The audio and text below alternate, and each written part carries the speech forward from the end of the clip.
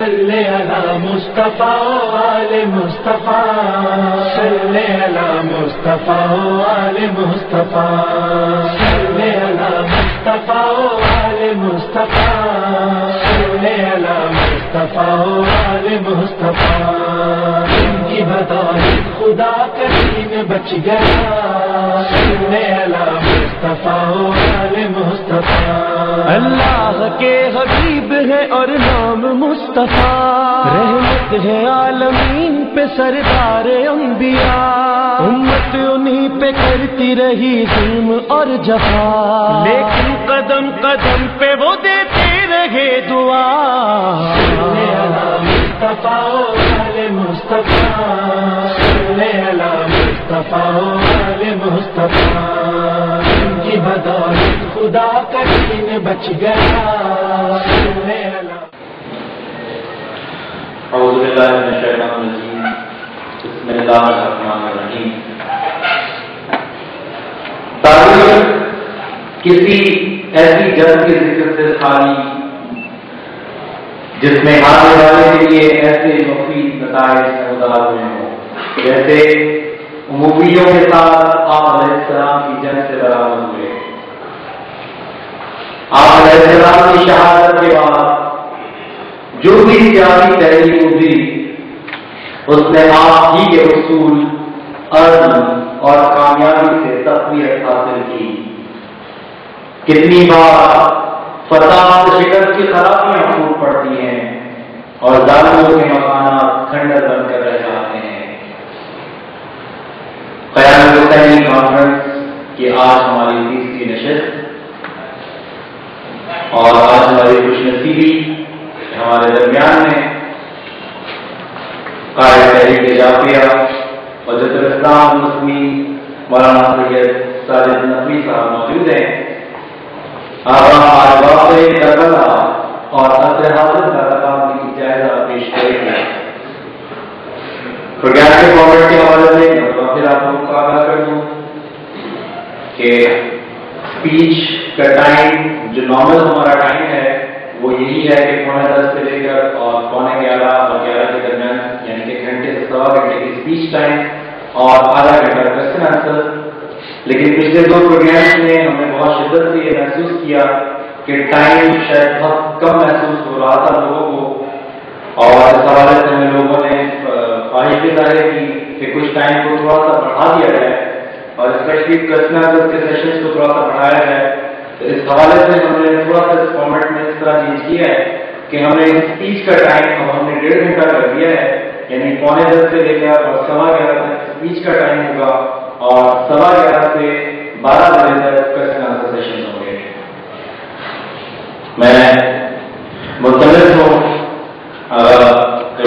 نبی صاحب سے کہ وہ تشریف لائیں اور موضوع کی مناسبت سے ہمارے ذہن کو منور کریں۔ برائے خوشنودی امام زمانہ منتر صلوات۔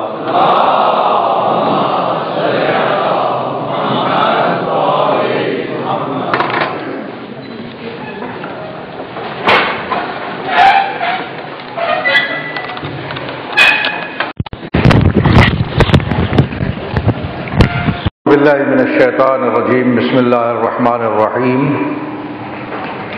الحمدللہ رب العالمین والصلاة والسلام علی سید الانبیاء والمرسلین ابی القاسم محمد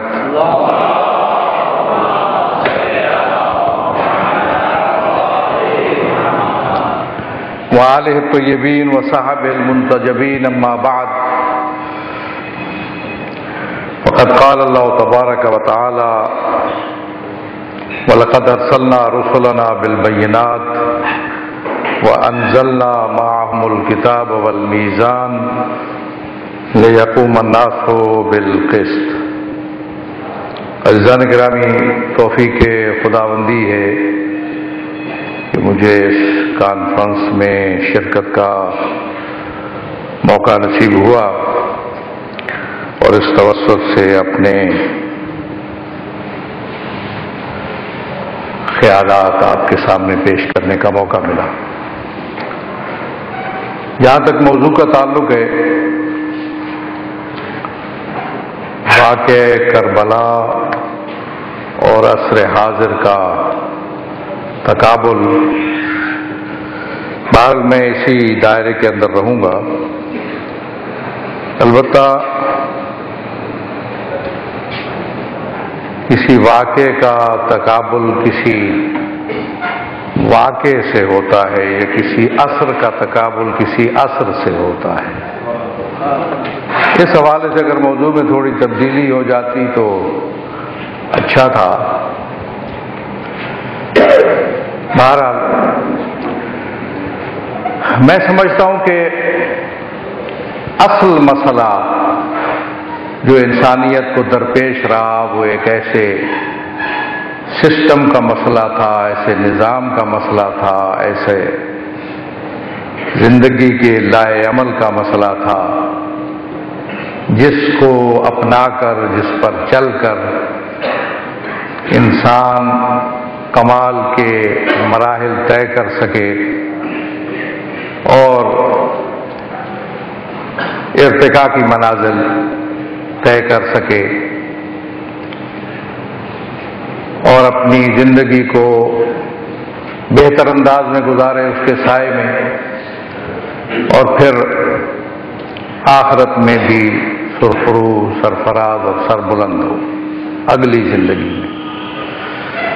اسی مقصد کی خاطر انبیاء بھیجے گئے، ایک ایسا نظام متعارف کرانے کے لیے کہ جس کی روشنی میں انسان بہتر سے بہتر زندگی گزار سکے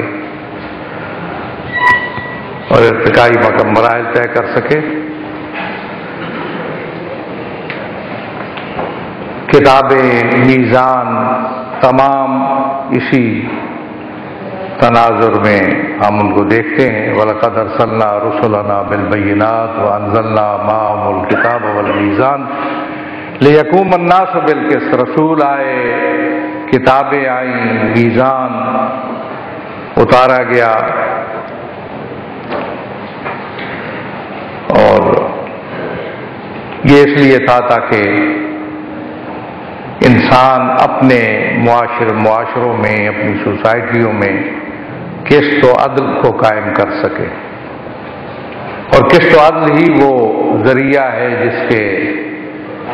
جس کے ذریعہ انسان زندگی گزار سکتا ہے، زندہ رہ سکتا ہے۔ زندگی کی بنیاد ہے قسط و عدل، انسانی زندگی کی۔ اس کی تفسیر میں جب ہم جائیں گے تو بہت سی باتیں اور ہمیں ملتی ہیں۔ وَلَكُمْ فِي الْقِصَاصِ حَيَاةٌ يَا أُولُو الْأَلْبَابِ، کہ قصاص میں زندگی ہے تمہارے لیے اولو الالباب۔ اگر قصاص کا سسٹم نظام قائم کرو گے، اگر قصاص کے قانون پر عمل پیرا ہوگے تو اس سے زندگیاں بچائی جا سکتی ہیں اور محفوظ رہ سکتی ہیں۔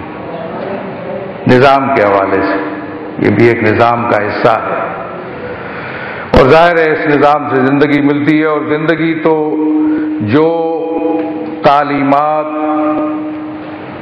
انبیاء اور رسل نے پیش کی اللہ کی طرف سے انسانوں کے سامنے، تو وہ ان کی زندگی کے لیے تھیں، ان کی زندگی کو بہتر بنانے کے لیے تھیں، ان کو زندہ رکھنے کے لیے تھیں۔ یا ایھا الذین آمنوا استجیبوا للہ وللرسول اذا دعاکم لما یحییکم۔ پیغمبر جب ایسی چیز کی طرف بلائے جو تمہارے لیے باعث حیات ہے اور باعث زندگی ہے تو اس پر لبیک کہو، اور اس پر عمل کرو، عمل پیرا ہونے کی کوشش کرو۔ تو اصل موضوع تھا نظام حیات جو انسانی زندگی کے لیے، انسانی زندگی کو بچانے کے لیے، انسانی زندگی کو متحرک کرنے کے لیے، چلانے کے لیے، آگے بڑھانے کے لیے تھا۔ یہی تمام انبیاء نے اسی سسٹم کو اور اسی نظام کو پیش کیا دنیا کے سامنے۔ وَيَضَعُ عَنْهُمْ، یہاں پیغمبر گرامی قدر کے لیے وَيَتْلُو ان پر وَيُزَكِّيهِمْ وَيُعَلِّمُهُمْ، يَتْلُو عَلَيْهِمْ آيَاتِهِ وَيُزَكِّيهِمْ وَيُعَلِّمُهُمْ